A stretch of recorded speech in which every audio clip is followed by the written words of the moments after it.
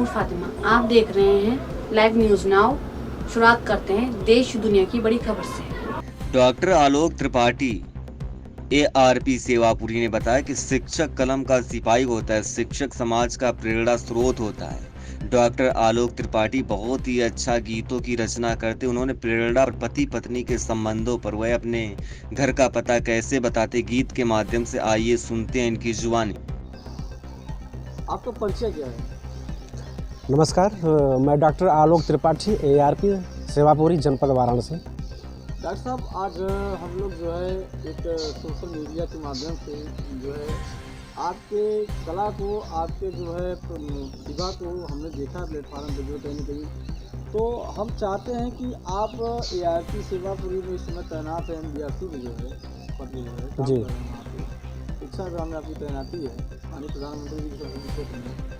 तो हम ये जानना चाहते हैं कि आप किस प्रकार से जो है कविता लेख कैसे लिखते हैं, क्या विचार है आपकी जो है? देखिए, जैसे कहते हैं कि शिक्षक जो होता है वो कलम का सिपाही होता है, तो कलम अपने कलम से समाज को जगाने का काम करता है, सोए हुए समाज को जगाने का काम करता है। और जो सामाजिक और ज्वलंत मुद्दे होते हैं, समस्याएं होती हैं, उन पर सबका ध्यान आकृष्ट कर और समस्याओं की निजात की ओर वो काम करना चाहता है। तो लेखनी के माध्यम से कुछ ऐसी लेखनी हमारी भी है जो समाज के, चाहे बेटी बचाओ बेटी पढ़ाओ हो, चाहे शिक्षा हो अशिक्षा हो, भाईचारा हो, एकता हो, राष्ट्रीय एकता हो, और जो है प्रेरक अपना ब्लॉक जनपद के संदर्भ में हो, तो कुछ ऐसी लेखनी के द्वारा मैं अपने देश की समाज की सेवा करना चाहता हूँ और कर रहा हूँ, निरंतर जारी है जी। तो आप हमें जो है अपने घर के परिचय के बारे में अपने आप उसके माध्यम से बताइए, लेख के माध्यम से। बहुत बहुत धन्यवाद सर।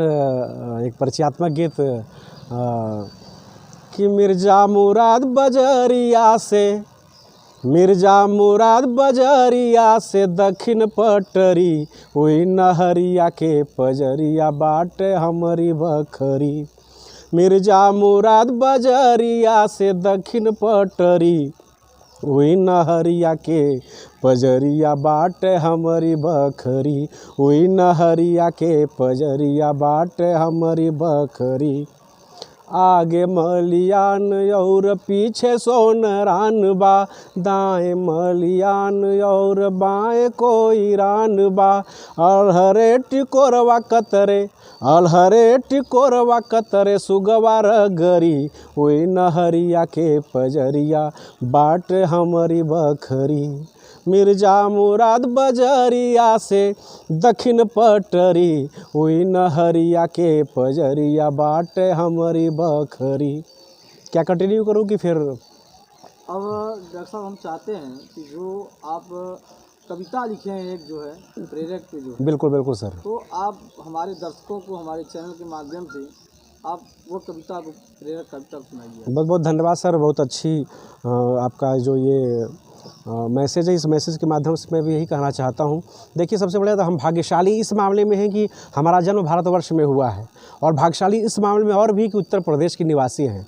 और हमारा भाग्य सौभाग्य और जब बढ़ जाता है कि हम वाराणसी जनपद में हैं, और भाग्य इससे ज़्यादा मैं अपने भाग पर ठला रहा हूँ कि मैं सेवापुरी की धरती पर काम कर रहा हूँ, जो प्रधानमंत्री का संसदीय क्षेत्र है और जिसको नीति आयोग ने भी गोद लेकर रखा है। तो निश्चित रूप से हमारी जिम्मेदारी और बढ़ जाती है, हमारा दायित्व और गुरुतर दायित्व का निर्वहन करते हुए एक अपने गीत के माध्यम से एक मैसेज देना चाहते हैं सभी को।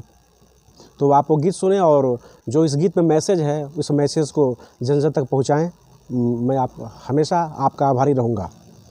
कि पढ़ना है पढ़ाना है, पढ़ना है पढ़ाना है, चाँद से आगे जाना है। पढ़ना है पढ़ाना है, चाँद से आगे जाना है। प्रेरणा लक्ष्य को याद करें, प्रेरणा लक्ष्य को याद रखें, प्रेरणा लक्ष्य के लक्ष्यों को हम सबको आजमाना है। पढ़ना है पढ़ाना है, चाँद से आगे जाना है।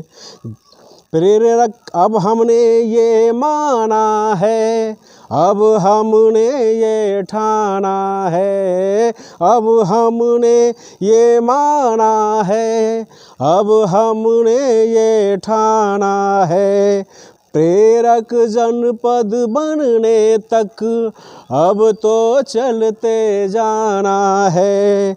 ज्ञान को पाके ज्ञान लुटा के, ज्ञान को पाके ज्ञान लुटा के, राह सबको दिखाना है। हम जानना चाहते हैं, बीच में आपको रोकेंगे, जी और हम जानना चाहते हैं प्रेरक जनपद बनाना है का क्या अर्थ? प्रेरक जनपद जैसा कि हमारे जो नीति आयोग ने जो गोद ले रखा है और जो हमारे मिशन प्रेरणा के और खासकर विगत इस संप्रति जो निपुण भारत का जो लक्ष्य है, जो बाल वाटिका से कक्षा 3 तक, और जो मिशन प्रेरणा के लक्ष्य है कक्षा 1 से लेकर कक्षा 5 तक, भाषा और गणित के परिप्रेक्ष्य में विशेष रूप से, उसमें हमें जो है टीचरों को गोल दिया गया हुआ है कि हमको 2022 तक 24 तक जो है बच्चों को, हर एक बच्चे को भाषा और गणित में उस लक्ष्य तक पहुँच जाना है। तो ये तो हमारा जो है संज्ञानात्मक पक्ष हुआ।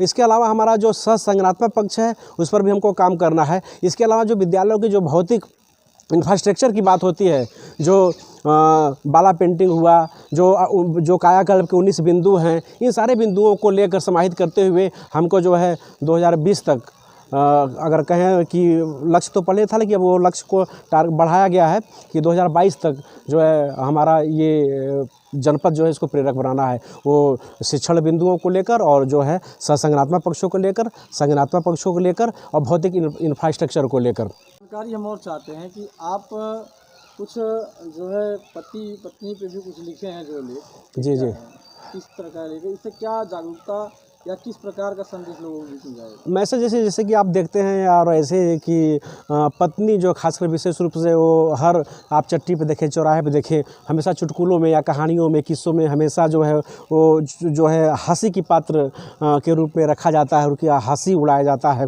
तो हमने एक यूनिक टॉपिक को लेकर जो मानवीय संवेदनाएँ हैं, जो नारी शक्ति है, कहा भी गया है कि एक नहीं 2 मात्राएँ नर से भारी नारी। नर में कोई मात्रा नहीं है, बिना मात्रा के है, लेकिन नारी में 2 मात्रा है और दोनों दीर्घ है। न में आ की मात्रा, र में बड़ी की मात्रा। तो ऐसे मातृशक्ति जो नारी का रूप है उसको कुछ हमने अलग रूप से जो है प्रस्तुत करने की कोशिश की है। तो हमारे चैनल के माध्यम से बताइए क्या लिखी है?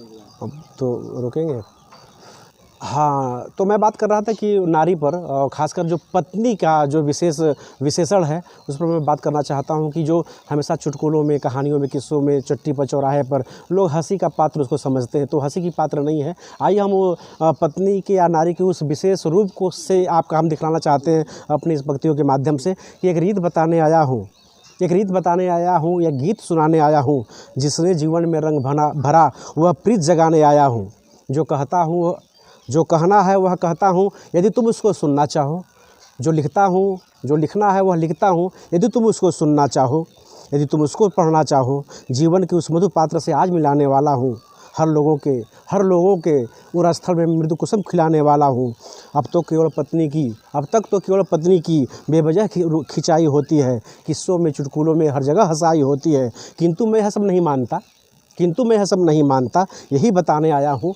पत्नी के उस सही रूप को आज दिखाने आया हूँ। लज्जा में वह चतुर्गुणा है। आप विशेषणों पर ध्यान देंगे। लज्जा में वह चतुर्गुणा है, 6 गुणा साहस में है। रूप में लक्ष्मी, क्षमा में धरती, गुण जितना पारस में है। कार्यों में मंत्री की जैसी, सेवा में वह दासी है। स्नेहकरण में माता जैसी, क्षमता में सन्यासी है। सुंदरता में उर्वशी मेनका, चाँद जिसे शर्माता है। जिसकी सुंदर छवि देख मन मेरा नहीं अघाता है। वीरता में वह लक्ष्मीबाई, शील में सीता लगती है। भक्ति में वह मीराबाई, प्रीत में राधा लगती है। संपत्ति में विपत्ति में, चाहे जैसी भी स्थिति हो, तुमको उसने संभाला होगा। भूखी भी सोई होगी जब घर में नहीं निवाला होगा। हर आफत से, हर संकट से उसने तुम्हें बचाया है। तेरे हर एक सुख सैन में उसकी छाया साया है। तेरे खातिर उसने कितने व्रत तप उपवास किए।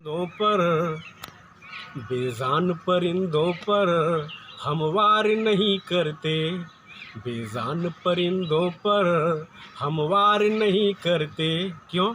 क्योंकि सूखे हुए फूलों से हम प्यार नहीं करते।